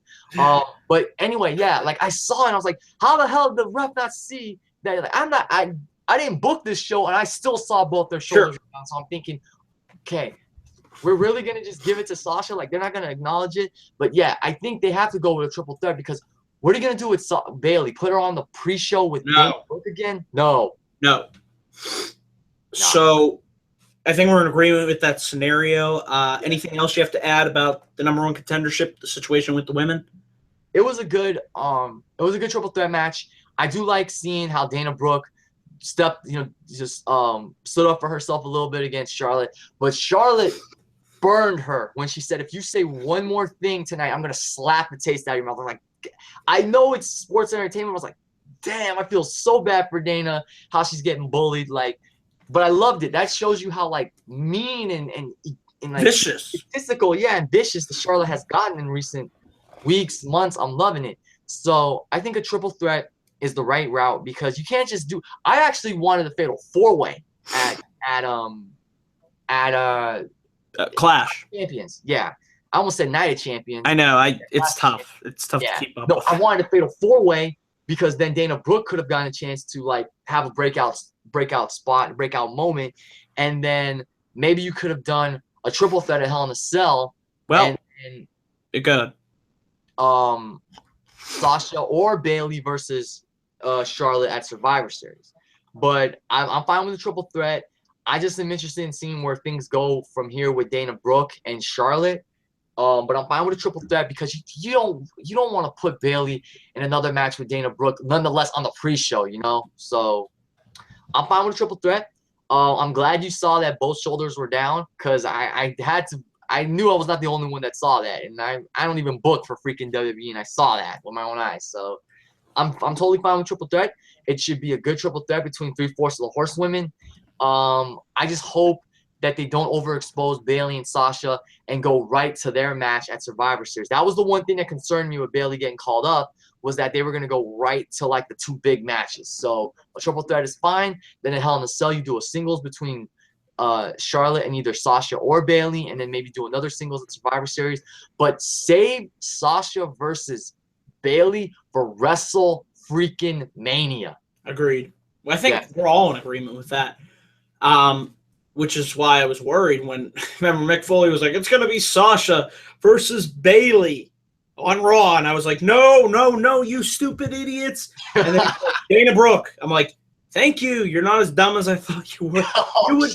Do not give away that match for free. Oh, I mean, I pull my hair out, and I don't even have that much hair on my head anymore. I'm like, damn you. Sorry. I mean, I'm just like, I had like a mini heart attack. Yeah, no, do not give that freaking match away on Raw, or save it for WrestleMania. That has WrestleMania written all over. That's the only thing. That's why you need to make the women's division on Raw more in depth, and it has to be more credible, because you gotta save Bayley and Sasha versus WrestleMania. Like, don't even do it at Royal Rumble. Save it for WrestleMania, because that's the match. That's the stage they deserve to shine on the most. You know. Yes, they do. Yes. Here's another talking point from Raw. I like the highlight reel segment with the legend, Chris Jericho, man, and setting up his feud versus Sami Zayn. They're going to have a match at Clash of Champions. Solid addition for the Clash of Champions card, which I correctly predicted that, by the way, so I want to throw that out there. I wanted to see Jericho and Zayn. I think it'll do wonders for Zayn. It gives him something to do, and feuding with a guy like Jericho that's at this stage in his career, he's having an amazing run that he's having. With everything that he's saying, it's gold. I'm looking forward to this. How about you? I'm looking forward to it because can someone explain to me how in the blue hell that Sami Zayn, after he has an incredible match with Kevin Owens, how he's left on the pre-show of all things, teaming up with Neville against the Dudley Boys. You said you would have been down for a Sami Zayn Neville match on the main card. I certainly would have been down for that. Even if it was just a 10-minute match, they would have gone out there and they would have killed it. How do you put Sami Zayn on the freaking pre-show when he beat Kevin Owens in one of the year's best matches? I'm still baffled to this day, but I'm happy Sami Zayn is on the main card against Chris Jericho. I feel like a win over Chris Jericho builds some momentum for him going into Survivor Series, because think about this, Daniel. I don't know if anybody ever pitched this to you, but think about this. Survivor Series is in Toronto. What better way to generate a lot of buzz for that pay-per-view and to get fans talking than to do Kevin Owens defending the Universal Championship against Sami Zayn? That would make sense. I didn't even think about that. But yeah. That would be huge. Two proud Canadian sons in their birth country clashing for the richest prize on Raw. How can you... I really hope WWE does that. I really hope they see what they can do, the revenue that a Zayn Owens main event can bring in. You know, I didn't want them to face off again until most likely Survivor Series with Owens as champion. Yes, they did have a good main event on Raw, but keep those guys away from each other until Survivor Series. So this is why it's the perfect time to build Sami Zayn up as #1 contender, and it starts at Clash of Champions. Have him beat Chris Jericho at Hell in a Cell. I don't know who he fights then, but have him win that, and then have him win #1 contendership and come face to face with his former best friend and his ultimate rival in what would be one of the biggest title matches of the year. So I'm happy Zayn's going to get a match with Jericho because he deserves to be on the main card, and it should be a really good match. And kudos to Sami Zayn for taking that cell phone shot to the face like he did. Oh, that was good. That was on. That was classic Jericho. He's like, hold on. I think I got a phone call from Kevin. Bam! He hits him right in the head, and he's just like, hits him with a code breaker. That was a great. I enjoyed the highlight reel, and like I said, I'm going to enjoy Chris Jericho versus Sami Zayn. And moving on to the final talking point for Monday Night Raw tomorrow. Are you ready for the fucking cruiserweight division on Monday Night Raw? Hell, I'm ready to the yeah. I'm ready. Like I said in my review, Daniel, I just hope that the cruiserweights on Monday Night Raw are built right, that they get the right amount of time to shine. Like, take the momentum that WWE built with the Cruiserweight Classic and capitalize on it with Monday Night Absolutely. Raw. So it's going to help the flow of the show. You know, yeah. I'm like, okay, if it's going to be 3 hours, you put the cruiserweights on there, that'll help. You know, you'll have that, you'll have the women, you'll have, you know, U.S. title picture, Universal Championship picture, you know, undercard feuds. I think that will be enough finally to have a good flowing 3-hour show. But I honestly don't do. overexpose them. Do Sure. not overexpose them. Like I said in my review, maybe you have 2 cruiserweight matches a week with 4 different wrestlers each week. Of course, you have to have your champion, TJ Perkins, but you have think of the other talent they're getting. They're getting Rich Swann and Akira Tozawa, and they're getting Noam Dar, and they're getting, I believe, Grand Metalik. So, like, Yes. what's that word I'm looking for? Spread them out. Every week, bring in different cruiserweights, establish them, and then ultimately from there, you build them up. They can fight Perkins, and yeah, you'll have a strong cruiserweight division that'll help boost Raw. So, and speaking of TJ Perkins, I know you saw my tweet that he liked yesterday. yes, Neville versus Perkins. Book it. that'd be awesome. We'll see it. Yeah. So is this where we're also talking about the CWC, like the highlights, or is that like a separate That's thing? last. We're gonna get into SmackDown now. Let's transition to SmackDown, which I thought was a really excellent show this week. How about that great opening promo? Ambrose, Styles, Cena. I just felt like the dynamic worked between all guys, you know, with the comments that Styles was making about how he's the man, he's the face that runs the place. Ambrose comes down there, you know, he's full of you know, fire and tenacity. He gets right in AJ's face. Then Cena, actually, it was, I think, no, sorry, got my order reversed. Cena came down, gets in AJ's face. You know, he's making his claim for, you know what happened at SummerSlam. They have a nice little back and forth. Then Ambrose comes down. He's fired up, gets in AJ's face. Cena spins him around. He's like, you pretty much got no balls. And, you know, I think Stone Cold was right about what he said, you know, for calling you out on his podcast. And how about the crowd chanting for Cena, which I actually agree, because I think the points he made against Ambrose, you can't argue. He was right. That was an awesome segment. And I love how it combined the 2 big feuds AJ Styles has been currently engaged Smart with booking. Cena, the feud with Cena, yeah, and his most recent feud with Dean Ambrose. And I honestly thought we were going to get just a singles rematch between Ambrose and AJ at No Mercy, like a no-holds-barred match or a street fight, because of the controversy surrounding the ending. But that was a great opening segment. I didn't expect to see Cena back that early. He came back. He got a more positive reaction than I thought he was going to get. And some of the stuff he was saying, like, I came back because you got something that I have, or something that's mine. And remember, AJ just throws the headband at That was great. That was great. I love it. AJ Styles, he's killing it. He's been killing it ever since he got to the WWE. Hey, if he told you the sky was green, you'd believe him. Yes, I would. Yes, that was great. I think that's a great way to build up for this triple threat. And what I also think is great is you're planting the seeds toward a huge John Cena, Dean Ambrose feud. Exactly. Look at what could happen at. I think that would be a great match for. It would be Survivor Series. That would be the next. That's the perfect time to do it at Survivor Series. And I don't know. Let's get into this. I mean, at the end, you had a tag team match. It was Ambrose and Cena, and they beat Miz and AJ. Cena beat Miz, I believe, with the AA. And after the match, what did you think of Ambrose laying out Cena with dirty deeds?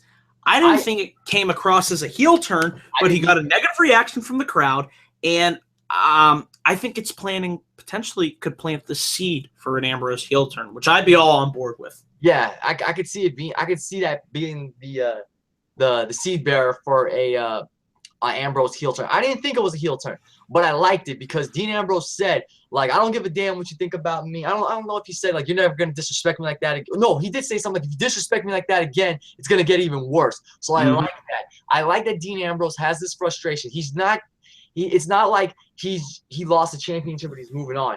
He got screwed out of it basically because he got kicked low. He wants his belt back. He's not going to take any crap from John Cena, who's saying this and that, which is true, but I like it. And eventually that can lead to him turning heel, and then you do him and John Cena at Survivor Series. That's what I'm loving about SmackDown. You see the direction. Survivor Series, dude. We're still in September, and we're already looking ahead because of what they've done. That's great. SmackDown, yeah. I love it. Ryan Ward, you're doing a great job, my friend. Yes. I'm going to take a page out of the Lexman's book. Oh, my God. Storytelling in WWE. Does that exist?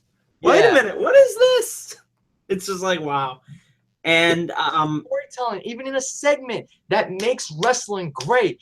Oh, my God. God almighty. Yeah. Okay, Jim Ross. Thank you very much. Yeah. Oh, hey. Oh, my God. I don't want to get us off track, but like, SummerSlam 96, go back and watch the fucking tape. Remember that match? Sean's supposed to fucking elbow, and Leon's supposed to move, and Leon don't move. And Sean jumps off, turns midair, lands next to him, and move, kicks it. Move, asshole, or dumb shit. I love it. That, man. I love listening to Jim Cornette. Man's a legend. I had to. But anyway, because I watched the video earlier this morning. Yeah. Last time I did it, I cracked you the hell up during SummerSlam. I never get tired of that. Kudos to Cena and AJ Styles and Dean Ambrose for that segment, and a lot of kudos to Ryan Ward. He's writing great stuff on SmackDown, and I only feel like he's just touched the surface, and we're gonna get better stuff as the show progresses. Yes, we are. And speaking of planting the seeds, I like the idea that they're planting the seeds for, you're going to have another match between Miz versus Ziggler, which, sure, I'm fine with that for the Intercontinental Championship. I've heard rumblings of potentially a steel cage match at No Mercy. What do you think about that? I mean, that would make sense because it would keep Maurice from interfering, and it continues the feud, and it just makes sense, Yeah, definitely. If it's a steel, I'm totally down for a steel cage match because you pretty much said what I was gonna say. It keeps Maurice away. It keeps her like barred, so to speak, from not barred from getting from ringside, but it prevents her from getting involved in the match. It's gonna be between Ziggler and Miz, and I think the stipulation should be they either win by pinfall submission or they have to climb over the top of the cage. They can't exit through the door. I feel like exiting through the door is somewhat of I don't want to say a cop-out, but it's like in a steel cage match, it's basically two guys in there, and it's whoever makes it over the top or whoever gets the pinfall wins. So I'm totally down for that. That's great to keep their feud going. I just want the stipulation to be you have to either escape from climbing over the top of the cage or by pinfall submission. That's it. No going out the door because they always go for the door right away. Sure. And like I forgot what match it was, but I think John Cena was in a cage match and the guy was going for the door and he pulled the guy and then Cena was going for the door. Like that's like, yeah, make it back in the day where it was just like the steel cage and you either win by pinfall submission or you climb over the cage. But I like it. I like what they're doing with Ziggler and Miz. I got my words confused there. I like it. I want to see Miz get vicious. I gave him a ton of credit for his work ethic on at Backlash. I feel like he really controlled a majority of that match, and he just showed why he's a good underrated worker.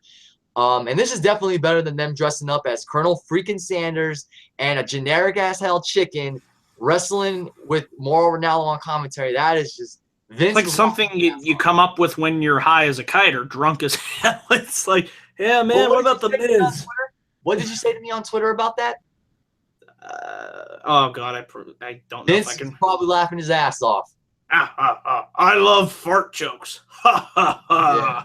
But anyways, let's continue. There were other good things about SmackDown. I like the fact that Alexa Bliss, she is so fine. She won that fatal 5-way and is challenging. I love it. Becky Lynch, the SmackDown Live Women's title at No Mercy. I love Alexa Bliss looking like Harley Quinn from the Suicide Squad. I love it. She's gorgeous. She is glorious. Oh. Like what I did there. Bobby Roode hear you say that. I'm sorry, I couldn't resist. Awesome. I'm happy Alexa. Now, here's the thing. It's obvious Alexa Bliss. Well, I think she's not going to win. No. But I want her to have a breakout performance where they establish her as one of the top stars on SmackDown's women's roster. I want her to have that performance where even if she doesn't win, but she really takes the fight to Becky. I want it to have people saying, "Wow, Alexa Bliss, what a performance she put up against Becky Lynch. She's definitely a force to be reckoned with in the future." Don't just have her lose. Like, have her lose in a good fighting effort, because I want the women to the women have been doing well so far, but Alexa Bliss, I feel like, is the next top star to to take the women's championship. So I'm happy for her. I remember when she was the Princess of Sparkle back in the day. But I love how she did the heel turn because I don't think she would have gotten far as the Sparkle Princess. No, the heel turn is just work. It worked for her, and I'm happy where she's gotten to at this point. And like I said, I look forward to her match with Becky at I almost said Backlash. What the hell? No Mercy. Okay. Remember, hey, fingers crossed I make it to No Mercy to see all this live at Sacramento. I would love to be there. So. And speaking of, who's next to challenge Heath Slater and Rhino for the SmackDown Live Tag Team titles? My prediction is it's going to be the Usos. I don't know about you, but I love what they've been doing with the Usos. This heel turn. It is finally. Thank you. It should have been done years ago. Well, not years ago. A year ago. You know? It's just, I love it. Dude, that felt like such a freaking breath of fresh air seeing the Usos turn heel. They're not wearing the face paint. They're wearing different gear. They're more aggressive. They're more vicious. I loved it, man. Everything they did on Backlash within the 2 hours that they wrestled felt so fresh than anything they had recently done. You know what I mean? Like, it was such a breath of fresh air. I'm so happy they turned heel. And they are the logical challengers for Rhino and Heath Slater because they lost to Rhino and Heath Slater at Backlash. But I'm really surprised they didn't come out and ruin the contract signing. That's what I thought was going to happen. Yeah. But Ascension, they had their little thing, and Slater and Rhino beat them. But, yeah, I do you think they're going to challenge at No Mercy? Because that's what I logically think. They should. Because Rhino and Heath Slater, I'm happy they got that win. I said that I predicted the Usos were going to win because I felt that would have been the perfect way to give them nuclear heel heat by having them spoil Heath Slater's Cinderella story. But I said in my predictions video, I could see Heath winning. And if that's the case, I'm totally fine with it because it's going to be that feel-good moment for him. You know what I'm saying? Sure. But now I feel like they need to win. The Usos need to win the championships because I don't see Slater and Rhino being champions that long. I feel like the Usos, with how aggressive they've gotten with the heel turn, they need to win. They need to put Slater and Rhino out of commission, and then we go into the program with American Alpha for Survivor Series. Boom! Oh man, I can't wait to see them feud, and it just makes sense. The Usos. I just love this aggressiveness. I love the turn. I just love the looks on their faces. They're like, you pieces of shit. We're just gonna beat the holy hell out of you, and we don't give a damn anymore. Yeah. And I love how they turn. It's smart. You don't go for the moves that the crowd goes, yay, that was great. Cut all that out. Yeah. Mix up your style, change up. That's what Jericho mentioned. When he turned heel, that's what he did. Did you see when I did see your SmackDown review. Okay, I'm sorry, man. I've seen so many reviews. It's been a lot, yeah. Yeah, but I know I did see it. Did you see when they suplexed Slater on the post? Man. That was vicious. That was ugly. That was awesome. I loved it. See, it was great. That's what I'm loving about the Usos as heels. It feels so fresh. They should have really done it earlier in the year. When they returned from injury. Yeah. Because how the hell did they end up winning the Slammy for Tag Team of the Year? And they were gone. Yeah. So they can make Roman look strong. Yeah. Most likely. But the Usos, they do deserve to win the Tag Team Championships. This is perfect to set the stage for the battle with American Alpha. I'm loving what they're doing.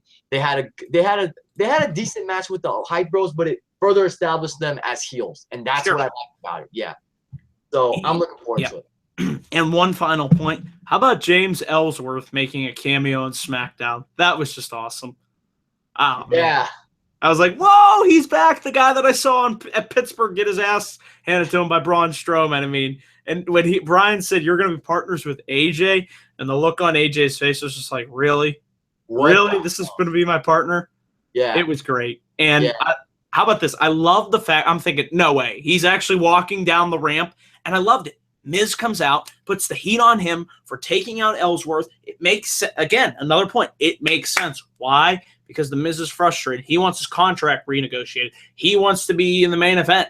So what did he do? He inserted himself in the main event. Thank you. It makes sense. That's what I love. He said he's the main event, so he's going to be in the main event. And he was never even booked to wrestle that on that show, or like storyline wise. Yes. He wasn't booked. He just left. He inserted himself. Yeah. Boom. Knocks down Ellsworth, beats the hell out of him. He inserts himself in the main event. You know what would be great for the storyline? Sure. If Daniel Bryan negotiates while they negotiate with the Miz, and Miz signs it, agrees to stay on SmackDown with the Intercontinental Championship, but Daniel Bryan, and I got a portion of this idea from the Lex Man, but he puts in the contract, Daniel Bryan, that the Miz wants to be the main event. Well, guess what? He's going to be the main event of every SmackDown moving on, and he has to defend the Intercontinental Championship every night against a different opponent. I like that. So it's similar to the open challenges that Cena did, but Daniel Bryan has capitalized on the fact that, okay, you want to be the main event, you say you're the main event, You got it. But you have to also put your Intercontinental Championship on the line. And that could also be like Daniel Bryan saying, hey, look, you've been running your mouth, you've been talking shit. I'm still the general manager of SmackDown, and if you think I'm going to take that line down, well, guess what? I'm making your ass work to hold on to that belt. So I would love to see that. That would make sense. Again, continuing that theme. So I could see that happening. And then think about it. Every Tuesday night, you're guaranteed to have the Miz in the main event, and you never know. They never announce who his opponent's going to be. It's like 1 week he could fight Kalisto, another week he could fight Baron Corbin or somebody. Now, obviously, he wouldn't lose, but I'm just saying that would be for great TV. And every week he keeps getting frustrated. He keeps trying to find ways to weasel out of it. And then eventually you bring up Samoa Joe, and Joe beats him for the title. Mm-hmm. I like that. That's what I've been arguing, and at that point, and I think it would be an awesome moment. Great way to introduce Joe to the main roster, have him go on a monster tear as IC champion. And then have Joe drop the title and go after the Beast Incarnate. I know they'd never do this, but you want to restore prestige to that IC title? Have Joe versus Lesnar for the IC title. Yeah, I'd like to see it, but they wouldn't do it. Yeah, they would put Brock in an Intercontinental title match. Sure. I'm just saying it would be, you want to make it mean like, wow, he's going after. Oh, no, I totally agree with what you're saying, but it's Brock Lesnar. They'll never put him in an Intercontinental title match. No, because they think it's beneath him, which, anyways, side issue. So that's really it with SmackDown. If you're ready to, let's move into our final segment. Let's talk about the great 2-hour, well, we did our reviews, but this is just us, elaborating on the Cruiserweight Classic. It was an amazing 10 weeks of wrestling to watch. I was always excited every single Wednesday, as Robbie was, to tune in and watch some of the best cruiserweights around the world, putting in their craft, honing their craft, going in there and busting their asses in a tremendous sports-type-like feel vibe. It was great wrestling, and this 2-hour finale was probably the best 2 hours of WWE television this year. If not one of the best, it certainly was. And it was great, to see TJ Perkins become Cruiserweight champion, win the CWC. It was very unexpected, and I think a lot of people expected Kota Ibushi to win that. And due to the contract issues, him not signing a contract, I didn't see Sabre Jr. or Ibushi winning. So, I was perfectly happy with Perkins winning. He gave a great speech afterwards. And Robbie, your thoughts just, on Perkins winning, and just, it was great for him. It really was. Yeah, congratulations to TJ Perkins. He really impressed me throughout this tournament with everything he did. And his story, is incredible. The fact that he was homeless, and he went from being homeless to being the top dog in the Cruiserweight division. How could you not feel for him when he was talking about the key that he used to wear around his neck? Yes. Remind him of that one home, the last home he lived in before he was evicted, and how I forgot what he said, but now he doesn't have to look back. Yes, he's humble, but now he doesn't have to look back at that one house, because now he's made it farther than he could have ever imagined. So that's a great feel-good story. The kicks he took from Kota Ibushi in the semifinal match were brutal. You saw his chest was he was marked up, dude. Yes, he was. He really impressed me. I think I have no problem. I think he was the right choice for the first Cruiserweight champion of the new era. Grand Metalik, he really made me a fan this whole tournament. Sure, I was very impressed with him. from the very first time I saw him in the premiere episode, I was like, wow, this guy is really cool. He's just really impressed me. And every time he competed, he just impressed me with something new. And the fact he beat Zack Sabre Jr. shocked me because we all thought it was going to be Sabre Jr. versus Ibushi. Sure. In the finals, yeah. But that's what I loved about the Cruiserweight Classic finale was that it threw those surprises our way. We didn't expect TJ Perkins to beat Kota Ibushi, let alone make him submit. We didn't expect Grand Metalik to pin Zack Sabre Jr. It was just great. Like I said, those 2 hours were 2 of the best hours I've seen practically in WWE. One of the best shows of the year. That's an A show, an A+ show right there, you know? So I loved it. The Cruiserweight Classic in itself was an incredible show. Mauro Ranallo and Daniel Bryan's commentary. Tremendous, yes. They made those matches feel even more special, especially Daniel Bryan when he was calling a Brian Kendrick match. That was great stuff. Yes, it was. Yeah, man. I mean, even Mauro Ranallo said it. That tournament was why he's a wrestling fan. That tournament reminded me of why I'm a wrestling fan. It embodied what I love about professional wrestling. There was no screwy finishes, no heel turns. It was a straight-up tournament with the best fighting the best to prove who was truly the undisputed #1 cruiserweight in the world. I loved it. And it had great matches throughout. It had a great number of talent. I mean, Triple H and William Regal did a fine job gathering, scouring the globe and picking up everybody that they picked up for this tournament. I loved it. Agreed. And let's also talk about the title, the Cruiserweight Championship. I think it looks great. I love the purple design, which I figured they'd go with. I'm glad it's not a carbon copy of the fruit roll-up in WWE title, so that's always a plus. I just got your comment because I haven't been on my YouTube channel. I haven't logged into my account in a couple days, but I got your reply to my comment. I'm so happy that belt is its own belt. It is. It stands out. It means something. I think it's one of the nicest looking titles that's on the main roster. You know, I like both women's titles. I like the SmackDown tag titles. I still like the WWE title, and I think this is good in its own way, and it stands out, makes it unique, and different is always good. So props to WWE and the design process, and thank you for not making it a freaking carbon copy. Somebody on social media posted it looking like the women's title with a white strap but a green background instead of a red background. So thank God it's not a carbon copy. Yes. I love it. I'm sure Triple H had some say in it. Thank you for the time and effort. Yes. Thank you for the time and effort in making that belt what it looks like. I'm so happy. That belt 1,000 times better than the Fruit Roll-Up Championship, like I said. I was so happy when I saw it, man. So are we gonna talk about moments and matches now? Let's do that. Let's talk about our favorite moments and matches from the CWC. We'll just go back and forth here. I'll throw out a couple. Johnny Gargano versus Tommaso Ciampa. That was a really great match. I loved. I was looking forward to that, and that was just truly a highlight to watch both guys go in there and tear it up against each other. And it made me leave me wanting to see more between them. The emotional hugging afterwards, with Ciampa getting back in the ring and sitting down and putting his arm around his best friend. That was just great stuff right there. A couple more from me. Kota Ibushi versus Cedric Alexander. That was phenomenal. It was definitely one of the best matches of the year. I mean, I really hadn't seen much of Kota Ibushi, if anything. And for a guy like me, this Cruiserweight Classic was great because I finally got to see guys like a Kota Ibushi, like a Zack Sabre Jr., like a Jack Gallagher, like a Tozawa. And that was another really great match that I remember. I thought Ibushi versus Brian Kendrick, like you said, the emotional crying from Daniel Bryan afterwards. Yeah. Great stuff right there. Perkins versus Ibushi from this past week. Great stuff right there. Perkins winning, obviously a great moment. A couple more.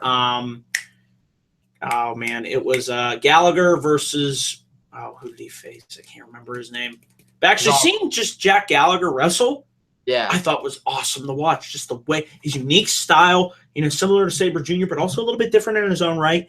I quickly became a fan of him, and I look forward to seeing him in the Cruiserweight division. Also have to throw out there real quick, who was it? Perkins versus Gargano. Thought they had a really good match as well. There was just really good matches and the moments and the unveiling of the title belt. It just all worked. I loved it. Yeah. Presentation from top to bottom. So for me, those are some of my favorite moments. And Robbie, will turn it over to you for your favorite moments. Definitely a few of my favorite matches. Kota Ibushi, Cedric Alexander, what an incredible match. Kota Ibushi, TJ Perkins, just blown away by how awesome that match was. I enjoyed, like I said, Grand Metalik versus Alejandro Saez. That was actually the very first match of the tournament, and I was very impressed with what Grand Metalik had to offer us. That was a match that had me start becoming a fan of his. Jack Gallagher and Akira Tozawa, real good match with their two styles. Yes. Johnny Gargano, Tommaso Ciampa, great match. I mean, Gargano got the crap kicked out of him for a majority of that match, and he still managed to fight hard. He beat his own partner, capitalized on his own partner's mistake. Loved it. TJ Perkins versus Johnny Gargano, great match. Tajiri versus Grand Metalik, very fun match. Yes. Very good match between two international talents. Tajiri and Damian Slater, right? Was that the guy Tajiri beat to get to the second round? Oh, God. It's not the best day to ask me. Like I said, my memory. I could look it up. Yeah. I think it was those two. Yeah, those two had a very good match. And what other match that I really like? Rich Swann and Lince Dorado. Wow, that was a great match too. Rich Swann was great in this tournament. His just infectious theme music, which is stuck in my head right now. It's awesome. Yeah. And his just personality, he's great. Can't wait to see him in the cruiserweight division. Definitely.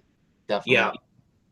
All great moments. Like I said, we enjoyed this 10-week tournament. Hard to believe it's already over. It just goes to show you how fast this year has truly flown by.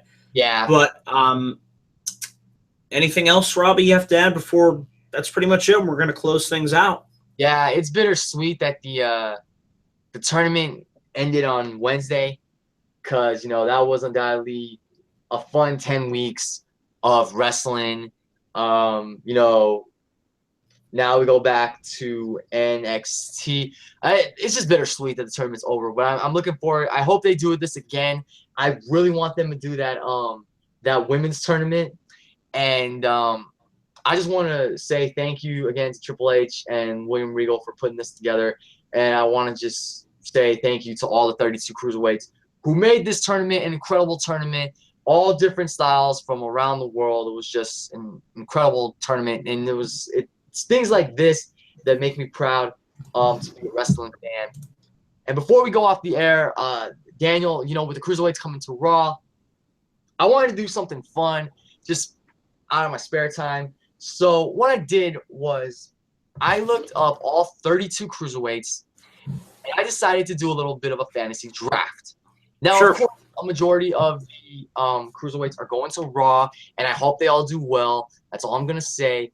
But I felt like there were some cruiserweights that could really do big things on SmackDown because they don't necessarily need a cruiserweight championship.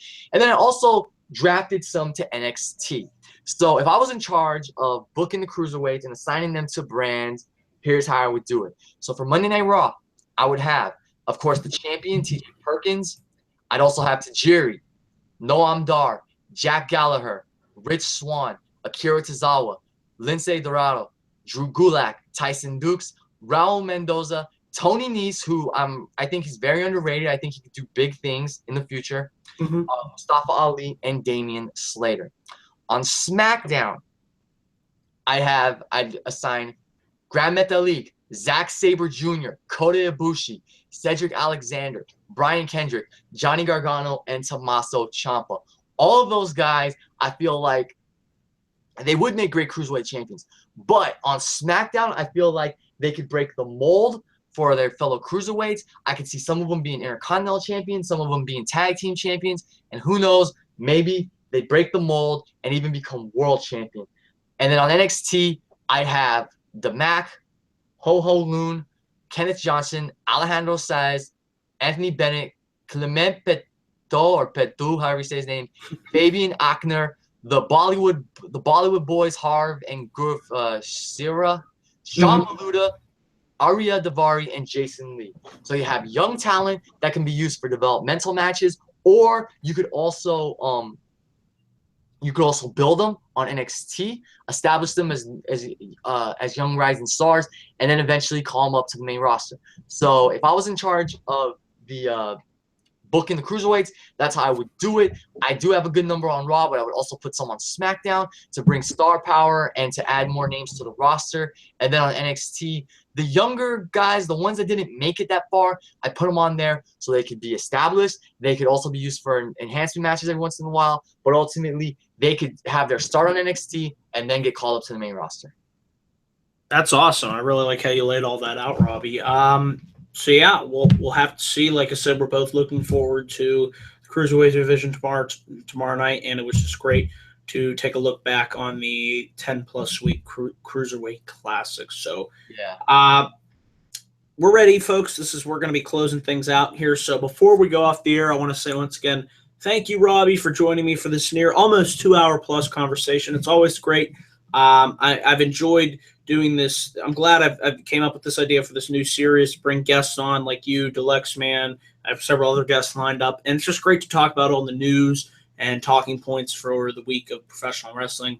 And I just want to say thank you once again for coming on, and get that plug in for your channel. Definitely. Thank you again for having me, Daniel. It's always a pleasure to work with you. I want to thank everybody for tuning in. If you get a chance, check out my channel, Robbie1Kenobi, ROBBIE, #1, KENOIBI. You can find me there on Twitter and YouTube.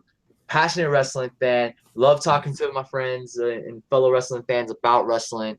So yeah, please give my channel and my Twitter page a like, subscribe, follow me, and continue to support Daniel's channel. And Daniel, again, thanks for having me. I hope this continues to work out. This Giza Wrestling Report. And yeah.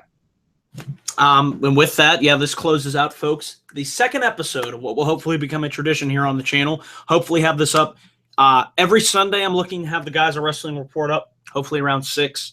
If it's a pay-per-view Sunday like we will be having next week, might have to push that to Saturday. We'll have to see. But typically I want to have these air every single Sunday. So that's the new format going forward for the channel. Also want to give a couple updates on the channel this week. Of course, tomorrow night, tune in for my live review of Monday Night Raw, breaking down everything that happens on the show. That'll be airing around 11:10 p.m. Of course, I'll be back up on Tuesday with my live SmackDown review at roughly around 10:05. And then it's been a week in the making. I bought them. They're sitting in my shelf in my kitchen. You know what I'm talking about. I'm going to be doing a very special unboxing, and I'm going to be eating a big old bowl of Bootios. So that is going to be a special video. I know Robbie can't wait for it. I'm going to present you a special unboxing and eating of the one and only Bootios cereal, because they make sure you ain't booty. Can I say one thing real quick? Did you hear how Corey Graves reacted when they were pouring the Bootios from Big E's boots? No, I didn't. I must have missed that. Oh my God. He's great. Corey Graves is awesome. You need to go back and watch. He just thought it was unsanitary. It was disgusting. I just loved it, man. He's amazing. But yes. And good old Byron Saxton, Booty Saxton, with that big old smile on his face and whatnot. That big old cheerful, geeky attitude of his, like loving it. Like, I love Corey Graves on commentary. They're great. They're great. But yeah, I'm going to be eating Bootios for you guys, and I hope they taste well, because they're made with 100% positivity. So that's going to be a fun video. Can't wait to get that up. The milk and feel the power. Oh, I'm going to go all out. It's going to be hilarity. So just a fun video I've been wanting to do for a long, long time. So we got that. We got my Clash of Champions prediction video. That's coming up hopefully on Friday, or probably Friday, and then Sunday, of course, my Clash of Champions review. A lot of content coming soon to the channel. Thank you all for tuning in who watched this live review. I appreciate it. Appreciate all the new subs, whatnot, for all the support. Like I said, check out Robbie's channel. He's got great content on his channel. And, yeah, with that, guys, going to be closing things out here. So thank you all for tuning in, and enjoy the rest of your day. See you guys. See ya.